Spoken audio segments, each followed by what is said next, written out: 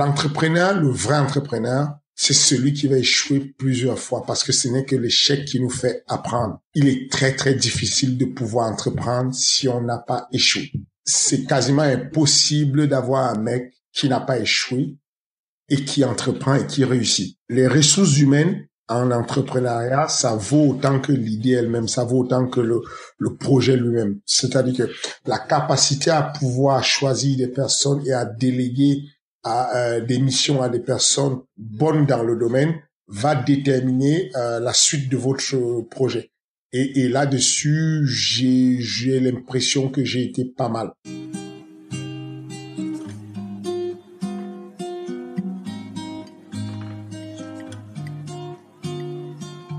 Bienvenue dans Entrepreneur Café, le podcast des entrepreneurs de l'industrie. Bonjour à toutes et à tous et bienvenue dans l'épisode 7 de Entrepreneur Café. Moi c'est Seth Amegavi, l'un des créateurs du podcast. Et je vous propose une rencontre complètement inédite. Souvenez-vous, nous vous avons promis de vous surprendre avec des entrepreneurs atypiques dont on n'entend pas souvent la voix. Mon invité aujourd'hui, c'est Fernand Lopez, entrepreneur phare du MMA qui a grandement contribué à rendre la légalisation du MMA en France possible au cours de la dernière décennie. Fernand Lopez me fait le plaisir de revenir sur ce qui l'a amené à se lancer dans le MMA, un simple accident de parcours. J'ai particulièrement adoré sa passion pour l'entrepreneuriat et comment cela transparaît dans son éducation. Il a lancé une multitude de business depuis son enfance, c'est juste bluffant. Quand on parle avec Fernand Lopez, on entend sa passion, mais aussi sa soif de connaissance. Vous allez voir, il aborde d'ailleurs le sujet de l'économie de la connaissance à plusieurs reprises dans cet épisode et vous explique les enjeux de notre société vis-à-vis de ces challenges. Et surtout, comment il apporte sa pierre à l'édifice, car s'il y a bien une chose à savoir chez Fernand Lopez, c'est qu'il va au bout de tout ce qu'il commence. Allez, je ne vais pas tout vous révéler maintenant, je vous souhaite une belle rencontre avec Fernand Lopez et une belle écoute.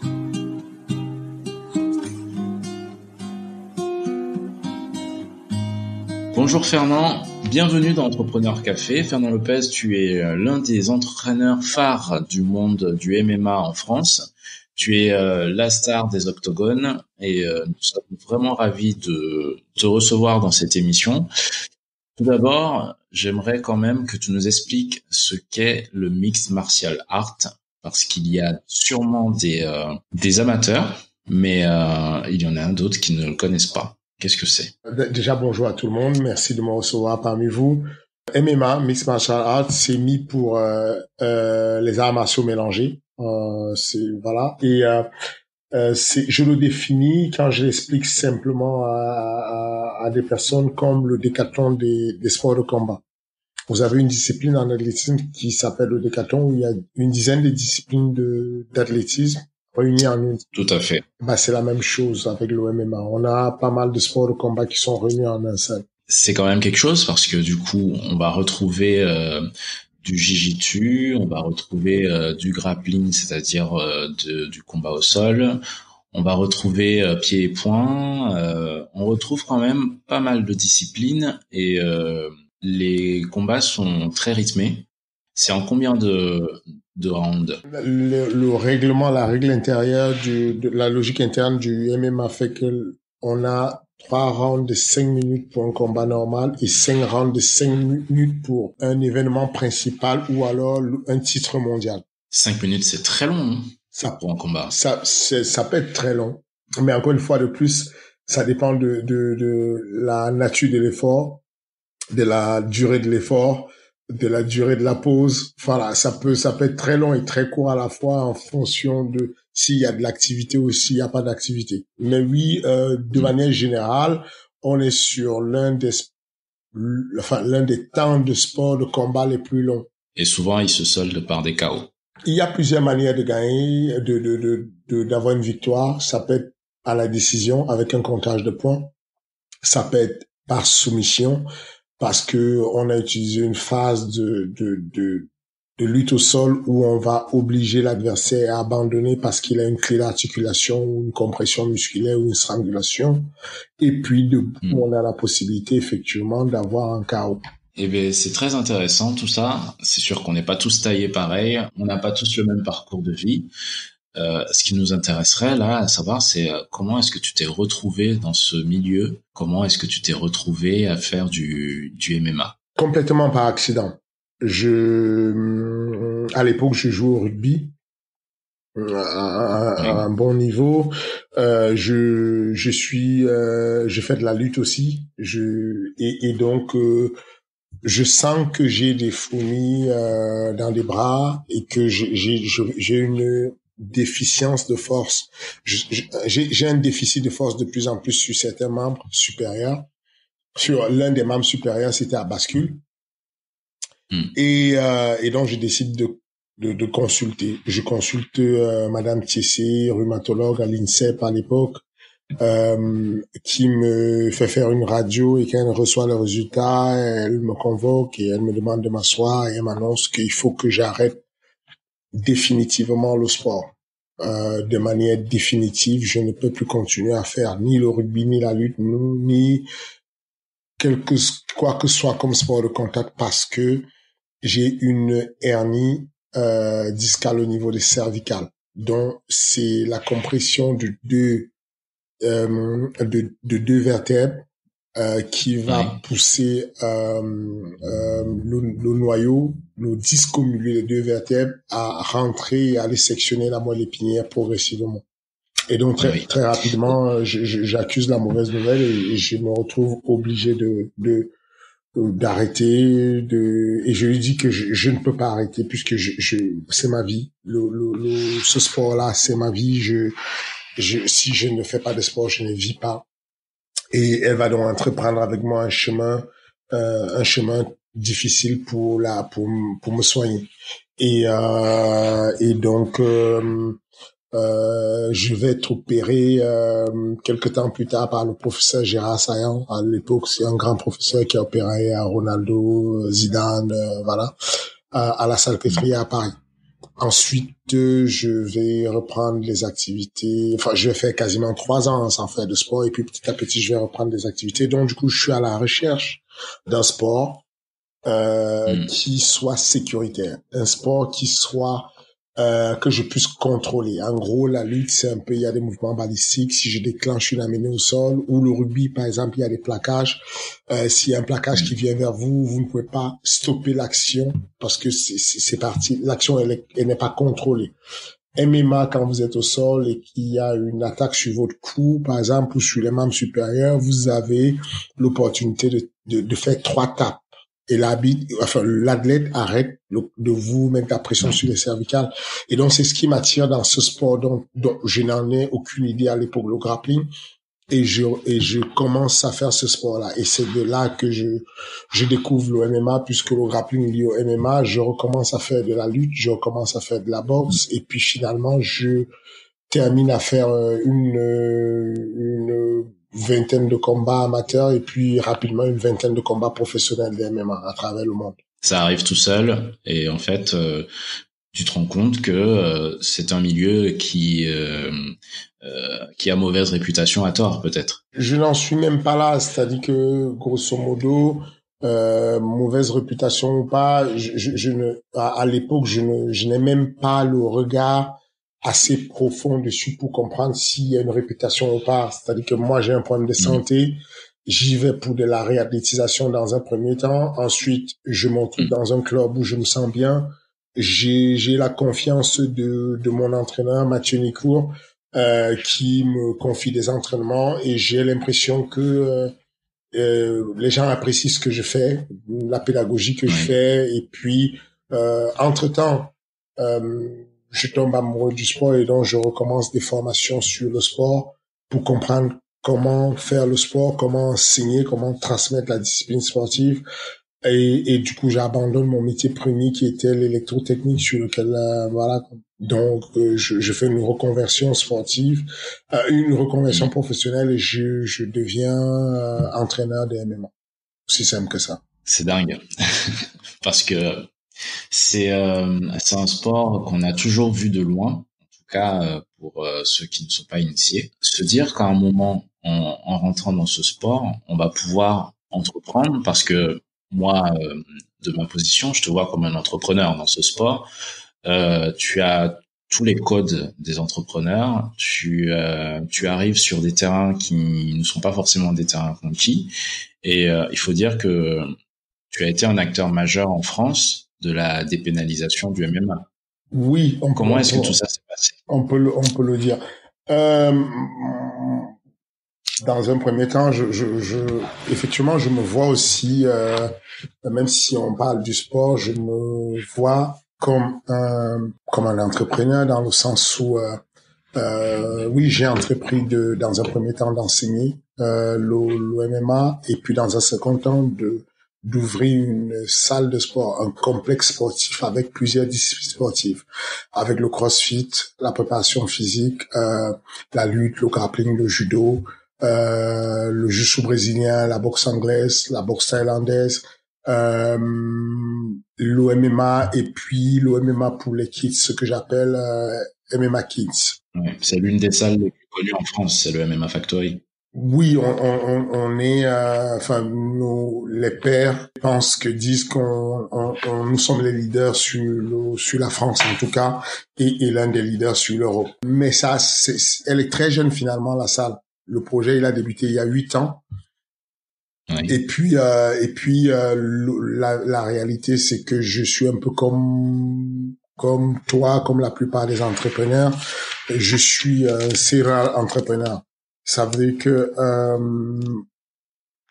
il y a des choses que j'évite des fois de faire parce que je sais que si je me lance dedans, je ne m'arrête que quand je suis allé au bout de ce que je devais faire, au niveau le plus, voilà quoi, c'est que je n'aurais pas dû, enfin on va dire que si je ne voulais pas faire le MMA, je n'aurais pas dû déjà commencer à apprendre c'était quoi le MMA. J'aurais pas fait le plus petit diplôme qui existe, qui est le brevet de moniteur de pancras à l'époque que j'avais commencé à faire. Parce que du coup, j'aurais dû m'arrêter là, mais non, j'ai tout fait ce qui était possible dans ce sens-là. C'est que j'ai commencé à faire des formations sur le Muay Thai et puis je suis allé jusqu'au bout, jusqu'à avoir le diplôme d'état supérieur sur le Muay Thai. J'ai commencé sur la lutte et puis je suis allé jusqu'au bout. J'ai commencé sur le jiu-jitsu brésilien. J'ai fait un diplôme en préparation physique. J'ai fait un diplôme complémentaire sur la nutrition sportive. Enfin, tout le temps, je suis devenu un accro en fait pour emmagasiner de la connaissance, de l'économie de la connaissance pure et simple. Et ensuite, je me suis dit bon, c'est bien d'enseigner, mais faut avoir un support pour enseigner et arriver ce projet-là de MMA Factory qui s'appelait à l'époque Crossfight, mais qui est tombé d'un coup, d'une manière très soudaine, très subite d'ailleurs, très rapidement, à l'espace de la naissance du projet, de l'idée du projet, jusqu'à la mise en place du projet, il s'est écoulé 2 mois et demi. En 2 mois et demi, la salle sur le boulevard Poniatowski avait eu lieu. C'est que l'énergie que j'avais mis dessus avec mon ami Vincent à l'époque, c'était incroyable. Ensuite, voilà un peu comment je fonctionne. Je suis un serial entrepreneur, quoi. J'aime, si je me mets dans quelque chose, je vais aller jusqu'au bout et je vais essayer d'arriver au plus haut niveau de ce que je peux faire. Et c'est ce que je tente toujours de faire. C'est l'une des maximes de quoi que vous fassiez dans la vie, faites-le bien.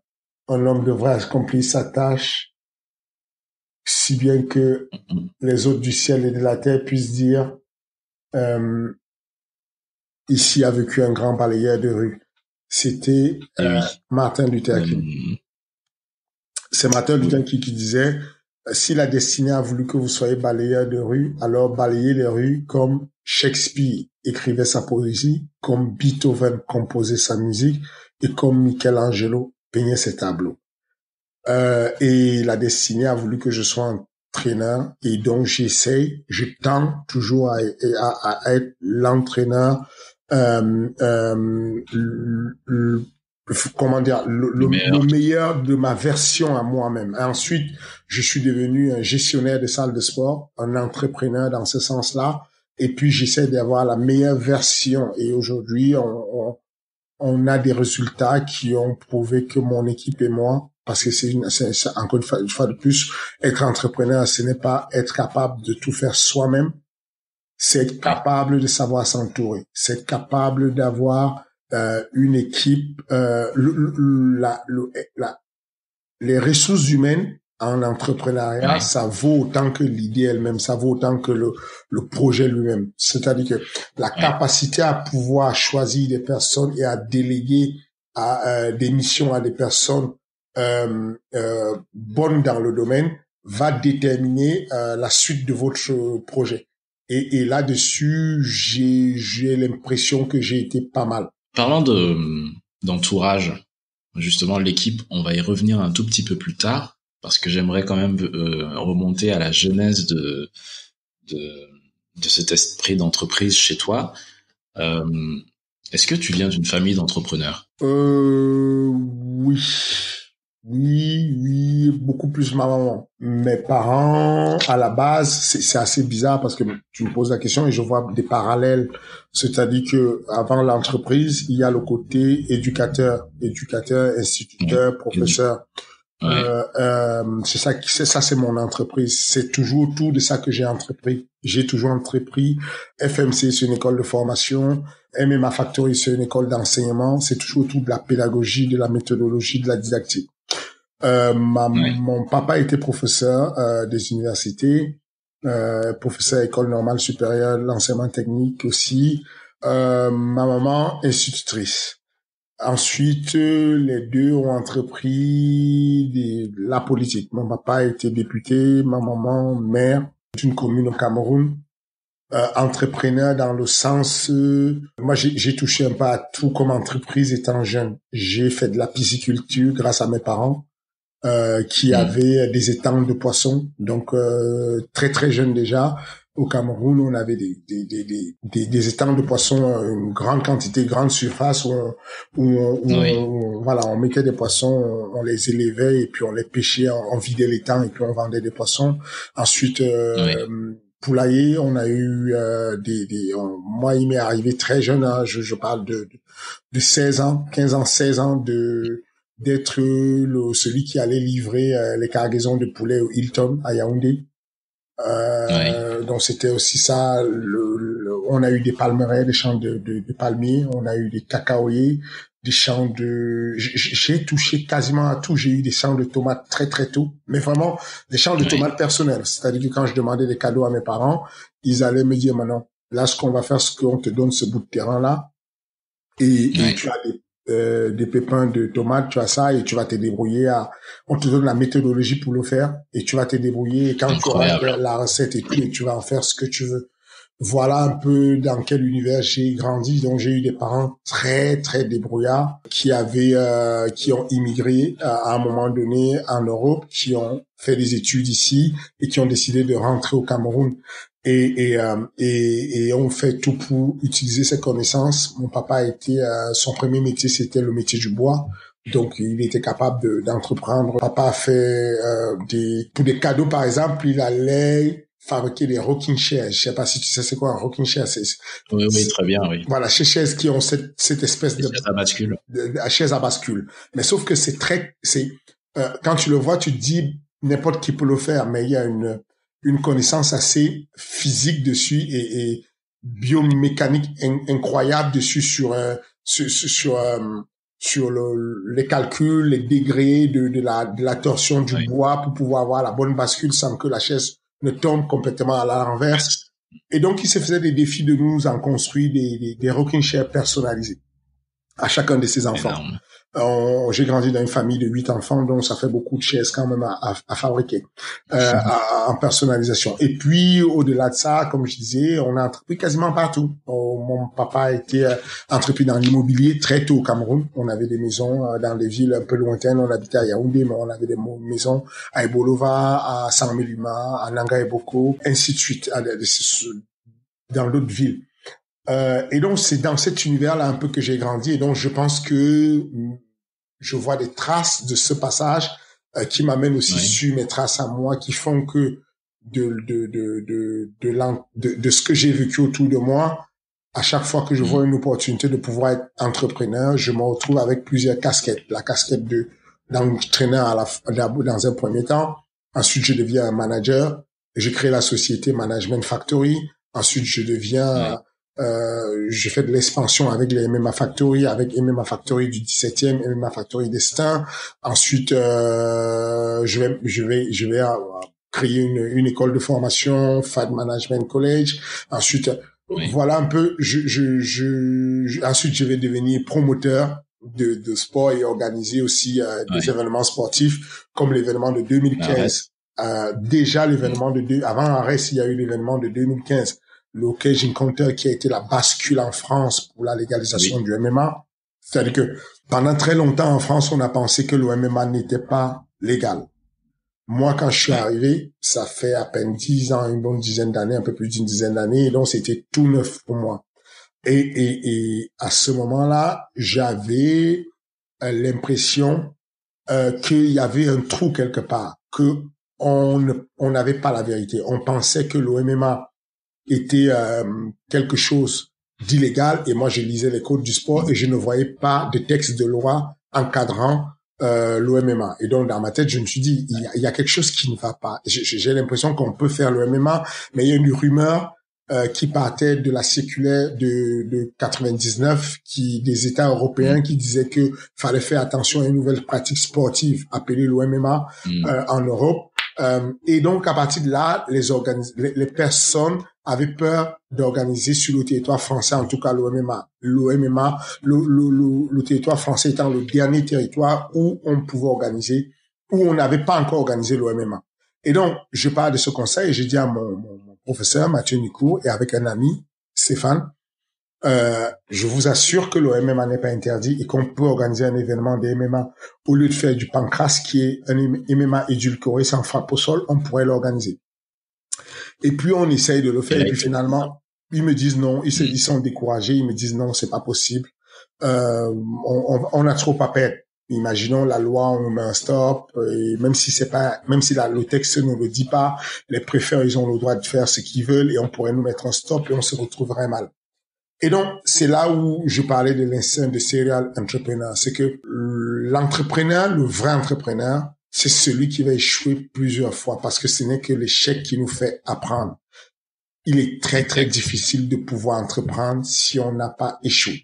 Il est quasiment, c'est quasiment impossible d'avoir un mec qui n'a pas échoué et qui entreprend et qui réussit. On a même aujourd'hui la preuve avec du recul que les hommes les plus riches au monde, quand ils recrutent les équipes, ils ne recrutent pas des personnes archi-diplômées qui sont sorties de l'ENA ou des personnes parce que ces personnes ont été formatées sur une connaissance et peuvent juste retranscrire ce qu'on leur a donné parce que c'est de l'administration. Mais ces personnes-là qui ont réussi dans l'entreprise recrutent plutôt des personnes qui étaient médiocres, des personnes qui n'étaient pas parmi les premiers de la classe, mais qui étaient bons quand même, assez bons pour comprendre, mais assez occupés à se prendre à gauche, à droite pour ne pas être premier de la classe. Et donc c'est un peu ça, c'est que très rapidement, je suis reparti à l'assaut quelques années plus tard et j'ai réuni une équipe de personnes, des avocats, des hommes d'affaires, et on a mis en place le Cage Encounter qui était le premier événement légal de MMA sur le territoire français dans le 11e arrondissement à Paris le 19 septembre 2015. À la suite de cet événement, enfin 2 semaines avant, c'est un événement qui a été fait quasiment sans communication. On a déposé les dossiers à la préfecture, mais on a évité de faire beaucoup de bruit.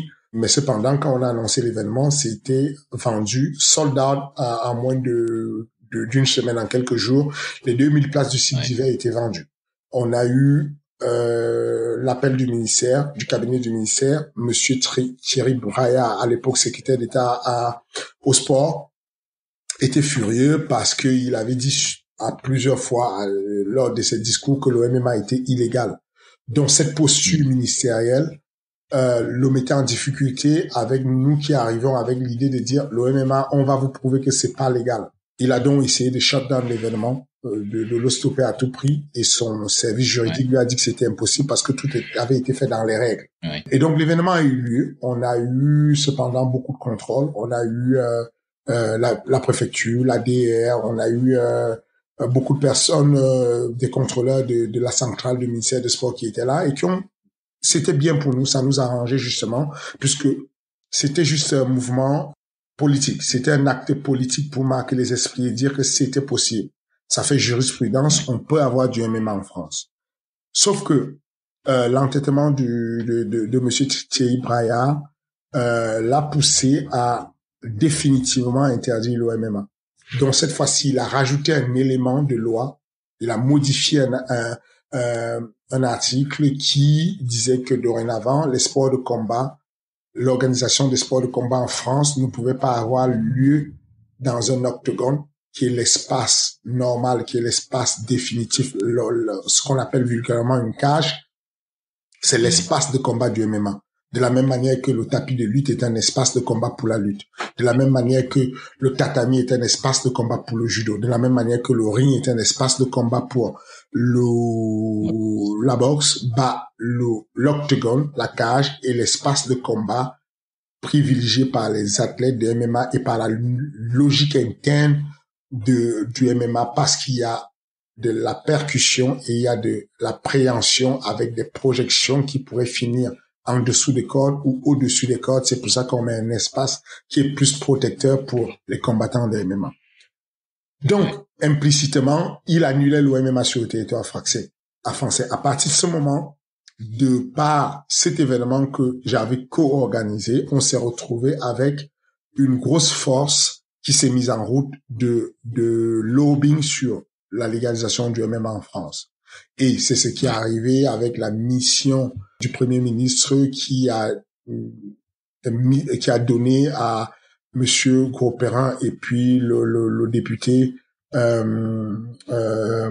comment il s'appelle, qui leur a donné la possibilité d'enquêter et d'ouvrir un dossier sur l'état des lieux du MMA en France. Ensuite, j'ai eu la visite au MMA Factory des deux ministres de sport, Madame Laura Flessel dans un premier temps et ensuite Madame Roxana Maracineanu, pour comprendre comment fonctionnait le MMA. C'était quoi le MMA? Comment on faisait pour entraîner le MMA? Quelles étaient les valeurs du MMA?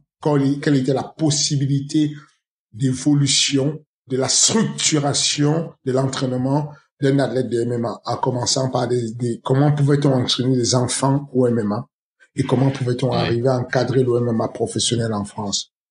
Les deux ministres ont juste été impressionnés par l'évolution du MMA, par ce qu'on pouvait faire, parce qu'on faisait notre business model au MMA Factory.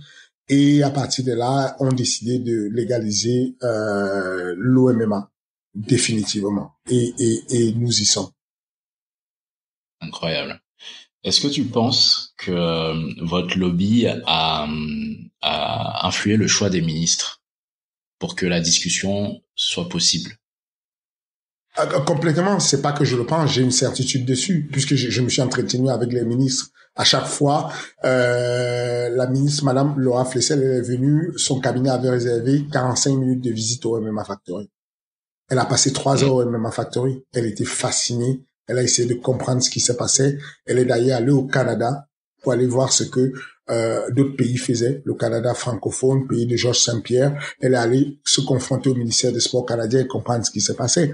Et donc, au moment où elle démissionne de son poste, elle passe le bébé à Roxana Maracineanu, qui va faire la même démarche.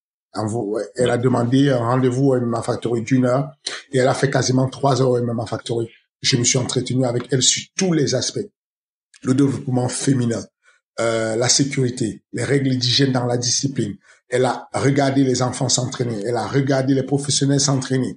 Elle a posé des questions sur le modèle business, comment on faisait, quels sont comment sans avoir la reconnaissance étatique, comment on faisait pour avoir des aides, puisqu'on n'avait aucune aide.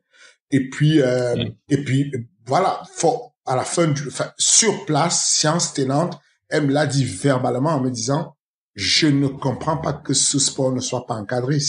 Je ne comprends pas, c'est complètement un sport qui a besoin d'être encadré. Elle a discuté avec la représentante du MMA féminin au MMA Factory, Rislen Swag. Elle a discuté avec le représentant des sportifs de haut niveau au MMA Factory, Taylor Lapillus. Bon, elle avait tous les éléments. Ensuite, elle a rencontré d'autres acteurs du MMA français. Hein. Attention, elle a rencontré beaucoup de personnes qui ont beaucoup aidé à la reconnaissance de ce sport. Mais là, je vous parlais juste de notre petite pierre à l'édifice qu'on a posé, nous, Oui. au MMA Factory. Ça a été un travail d'ensemble sur tout le territoire pendant de longues années. C'est ça, exactement. Et puis c'est impressionnant de se dire que sur un terrain comme ça, sur un secteur où il y a un énorme effort légal à faire, c'est la cohésion de groupe qui finit par faire basculer les choses. Mais cette cohésion de groupe, pareil, quand je regarde un petit peu le milieu du MMA, j'ai l'impression que c'est difficile en fait d'avoir cette cohésion et qu'il a fallu encore, même au sein du groupe, faire du lobby, créer des groupes de discussion sur lesquels il va y avoir des terrains d'entente, des concessions pour pouvoir aller de l'avant. C'est une vision que j'ai eue de très loin, mais est-ce que tu me confirmes ça? Oui, créer de la cohésion, non. Il a juste fallu, poser les armes, entre guillemets, et pouvoir penser au collectif. C'est-à-dire que il y a rien de nouveau, hein. Quel que soit le pays d'où on vient, quelle que soit la fédération sportive qu'on a, il y a toujours eu des scissions, des tensions, des courants, des divisions. C'est ça qui fait l'écosystème, c'est ça qui permet qu'il y ait un écosystème, c'est parce qu'il y a le yin et le yang, c'est ça qui permet qu'il y ait l'homéostasie, vient du fait qu'il y ait des forces qui vont apporter de la fronde, de l'équilibre, voilà. Et c'est quelque chose de naturel. Et au MMA, on a ça, on a ces courants qui sont différents et ces courants étaient disparates et on a eu à traiter dessus, à travailler dessus pour pouvoir parler d'une seule voix afin que les autorités puissent nous écouter avec un peu plus d'attention. C'est aussi simple que ça. Non, mais je pense qu'il y a énormément à apprendre de cette situation et de la manière dont ça a évolué. Moi, ça m'a complètement galvanisé et je me suis dit, mais rien n'est impossible, en fait. Peu importe ce qu'on essaie de lancer, peu importe les barrières à l'entrée qu'il y a sur les secteurs qu'on connaît, il suffit en fait de se poser et de prendre des briques une par une. S'il faut les casser, s'il faut les remodeler, mais aller brique par brique en construisant un escalier plutôt que d'essayer de poser tout de suite un bloc sur lequel on va se positionner. Enfin, c'est une vision que j'ai eue en vous regardant faire de l'extérieur. Maintenant, de le voir et de savoir comment ça s'est construit à l'intérieur, c'est impressionnant et je pense que ça aidera plus d'un entrepreneur qui écoute ce podcast. Maintenant, j'aimerais aborder un dernier petit point avec toi, c'est cette école dont tu nous parles entre deux lignes depuis tout à l'heure, le FMC. Donc ça a été lancé il y a pas longtemps, c'est le Fight Management College.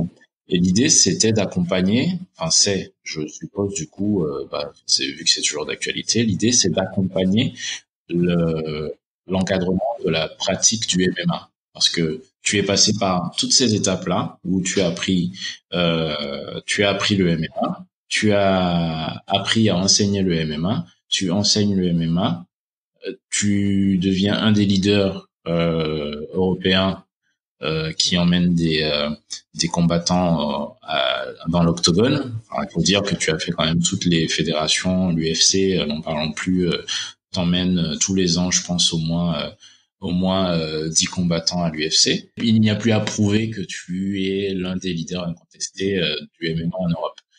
Maintenant, est-ce que ça te vient comme une évidence de te dire il faut que j'enseigne ça à d'autres générations, ou alors qu'est-ce que tu essayes de faire en créant le FMC? Qu'est-ce qu'il y a derrière? C'est quoi l'idée?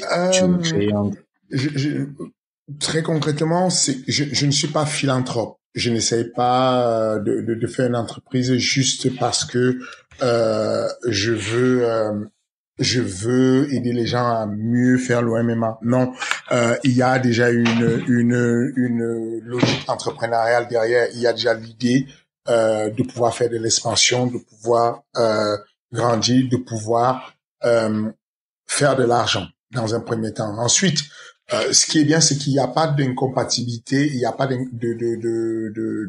contre-indication à faire de l'argent, mais en ayant une responsabilité sociale. une responsabilité, voilà quoi, en tant qu'une société responsable, j'ai des devoirs de RSE. J'ai cette volonté de pouvoir démocratiser l'OMMA, de pouvoir massifier l'OMMA, de pouvoir développer la pratique de masse. Parce que au-delà de l'héritage physique, il y a quelque chose qui est intéressant, c'est l'héritage moral. J'ai envie d'être un game changer. J'ai envie de pouvoir, avec mon équipe, laisser une trace d'un changement. Vous savez qu'il y a des personnes dans la vie qui t'inspirent, dans le domaine d'entreprise dans lequel je suis, par exemple. Je vais être inspiré par un monsieur comme Dana White, qui est le président de l'UFC, une société qui est au CAC 40 et qui vaut 4 milliards. C'est juste parce qu'il a ce côté, je le considère comme un game changer. Le chiffre d'affaires que fait l'UFC n'est rien comparé à des chiffres d'affaires sur le commerce, sur l'e-commerce, sur d'autres business, sur des secteurs d'activité. Mais ce qui est impressionnant pour moi, c'est comment est-ce que ce monsieur a fait dans son activité pour révolutionner les choses et devenir un game changer. On prend un exemple. On est en pleine pandémie. Toutes les organisations s'arrêtent. Je suis directeur sportif chez Ares. Ares, c'est Vivendi. Vivendi, c'est un mastodonte de l'économie. On parle d'une trentaine de milliards. Donc c'est quelque chose de monstrueux. Cependant, la société Vivendi va décider de ralentir et d'arrêter l'organisation des événements MMA parce que on a besoin de visibilité, de comprendre ce qui va se passer avec la pandémie. Dana White, de son côté, lui, prend la décision inverse. Il s'est dit, à chaque fois qu'il y a ce genre de truc, il y a une opportunité. Et donc, il va créer une bulle, 2 bulles d'ailleurs. Il va construire l'Apex d'un côté, à Las Vegas, et il va construire une base qu'on appelle Fight Island Safe Zone à Abu Dhabi. Dans ces 2 bases, il va fabriquer du contenu 24 heures sur 24, 7 jours sur 7. Il y a des personnes qui sont installées sur place, du matériel installé sur place, et il va s'adapter à la pandémie. Parce que, en réalité, moi, en tant que directeur sportif chez ARS, je veux avoir une visibilité sur la pandémie et savoir quand est-ce que le public peut rentrer dans des stades, quand est-ce que je peux continuer mes événements. Mais je ne sais pas, c'est une donnée que je peux pas contrôler. Ça se trouve, ça va durer 3 ans, peut-être 10 ans. Dana White s'est dit, OK, moi, je vais contrôler ça. Je vais placer des événements à des zones où il ne peut pas avoir du virus, ou en tout cas, on peut contrôler le virus. C'est ce qu'on appelle la safe zone à Abu Dhabi. J'y ai été, c'est impressionnant. J'ai passé 3 semaines à Abu Dhabi. En 3 semaines, j'ai fait 21 tests de Covid PCR. Wow. Vous êtes pris en charge dès le départ ici. Je me fais tester ici. Je fais 2 jours de self-quarantine où je me mets en quarantaine tout seul. Ensuite, je vais aller à l'aéroport. Je voyage par une compagnie affrétée par l'UFC et donc ils ont le contrôle de tous les papiers médicaux. Je dois présenter mes tests médicaux à l'aéroport. Ensuite, je voyage dans une compagnie où l'avion est quasiment vide parce qu'on veut de l'espace et de la distanciation sociale dans l'avion. J'arrive sur place. Je suis accueilli par des hommes limite en scaphandre qui me prennent de l'aéroport, qui m'amènent dans un couloir qui n'est pas passé par les vols commerciaux. J'arrive à l'hôtel, mes valises sont prises, désinfectées, montées dans ma chambre. Je suis désinfecté, je suis passé à la salle de médicale où je vais faire mon premier test COVID-19 sur place. Je fais mon test, je suis mis dans un étage des personnes en quarantaine pendant 48 heures. Quand mon test revient négatif au bout de 48 heures, je sors, je change d'étage et je vais où les gens normaux vivent. C'est juste impressionnant. Quand j'arrive à cette phase-là, où je sors de la quarantaine, j'ai un bracelet qui est changé tous les 2 jours parce que tous les 48 heures, je suis testé de nouveau. Si jamais je n'ai pas le bracelet de la couleur indiquée dans l'hôtel, je sors de l'hôtel, je suis stoppé tout de suite par des caméras ou par des vigiles dans l'hôtel. Il n'y a dans l'hôtel et dans la ville dans laquelle je suis, qu'on appelle la safe zone, Yas Island, il n'y a que des personnes testées négatives au Covid. S'il y a un qui est testé positif à un moment donné, il est tout de suite sorti, confiné, amené à l'hôpital et rapatrié dans son pays. Voilà comment l'UFC et Dana White se débrouillent pour avoir une bulle où la vie continue comme si rien n'était. Et donc, sur Fight Island, en l'espace de 3 semaines, j'ai eu 3 combattants. Alan Bodo, Nassourdine Imavov, Cyril Gann, qui venaient et qui partaient, et des personnes qui arrivent, qui sont testées, qui suivent le même protocole. Du coup, ces combattants continuent à vivre. Ils ont leur paye. L'organisation continue à vivre, elle fait son argent. L'hôtel dans lequel on est, tout le monde est testé tous les 48 heures, y compris les femmes de ménage, les serveurs, les chauffeurs, tout le monde est testé. Et la vie continue. Ça nous donne une leçon de vie. C'est que on s'adapte et on continue à vivre. Ce ne sont pas les espèces les plus intelligentes ou les plus fortes qui ont survécu, ce sont les espèces qui s'adaptent. Et c'est quelque chose que j'admire beaucoup. Et comment est-ce que tu vas adapter FMC? Adapter FMC, c'est quoi? C'est que mon idée, c'est de dire que aujourd'hui, on a l'opportunité de pouvoir se former. La plupart des personnes n'arrivent pas à se former durant la vie normale. Sans confinement, on est à flux tendu. On travaille tout le temps, on n'a pas l'idée de se former et on continue à travailler. Des fois, on va rester dans un métier qui n'est pas le sien. FMC, de la même manière que j'étais ingénieur en électrotechnique et que j'ai décidé de revenir me mettre comme entraîneur, de la même manière, celui qui est plombier aujourd'hui ou qui est chauffeur d'Uber et qui rêve de devenir entraîneur de MMA, qui rêve de devenir manager de MMA, qui rêve de devenir cutman sur le MMA ou gestionnaire de salle de MMA, on va le former avec FMC. FMC, c'est la cristallisation de tout ce que j'ai fait comme erreur durant les 10 dernières années sur l'entraînement, sur le management, sur la gestion de la salle de sport, sur la gestion des athlètes dans une salle de sport. Gérer 50 athlètes à qui on demande d'être les plus forts du monde, à qui on demande de croire qu'ils sont les meilleurs au monde, avec des égos surdimensionnés, les gérer dans un même espace, c'est quelque chose d'incroyable. Et donc, toutes les erreurs que j'ai commises, je les ai mises dans un manifeste et dans des PowerPoint que je vais distiller avec mes collègues experts sur le management, experts sur la gestion de salle, des personnes avec beaucoup d'expérience, des agrégés qui ont de la maîtrise sur la pédagogie, sur la didactique.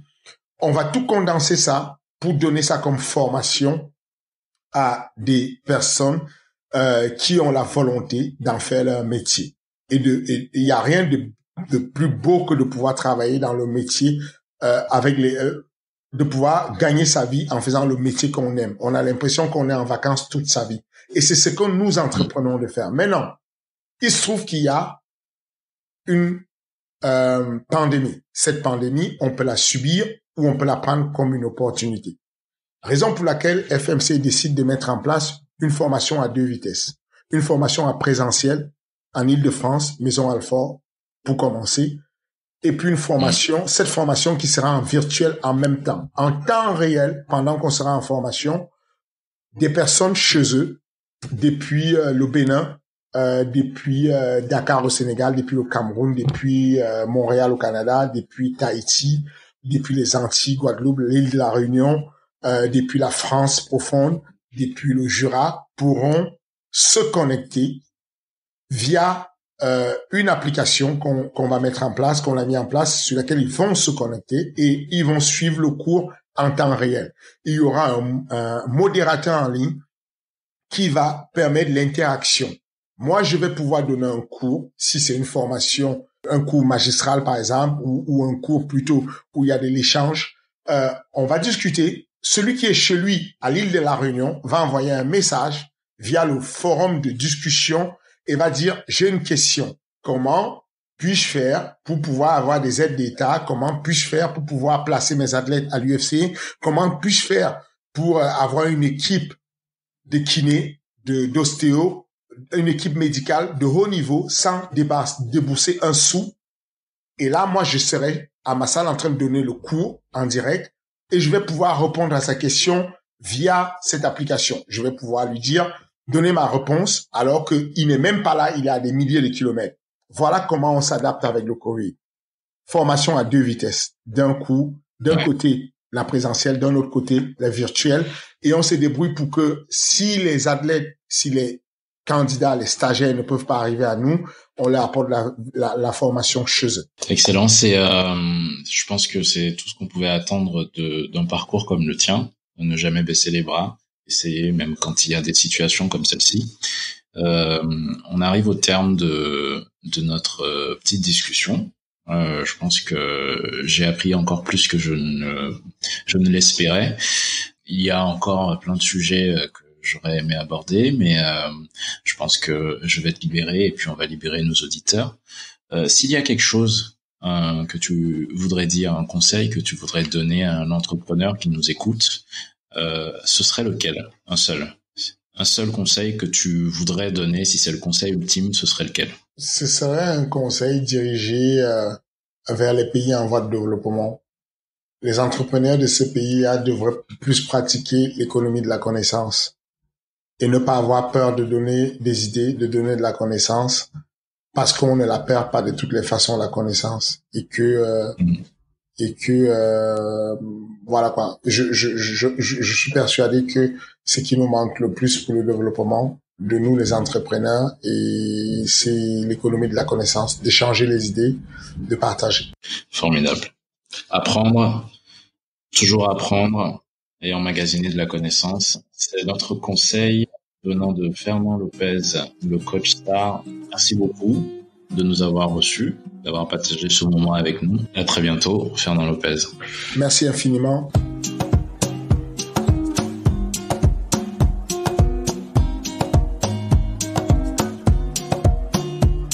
Et voilà, c'est terminé.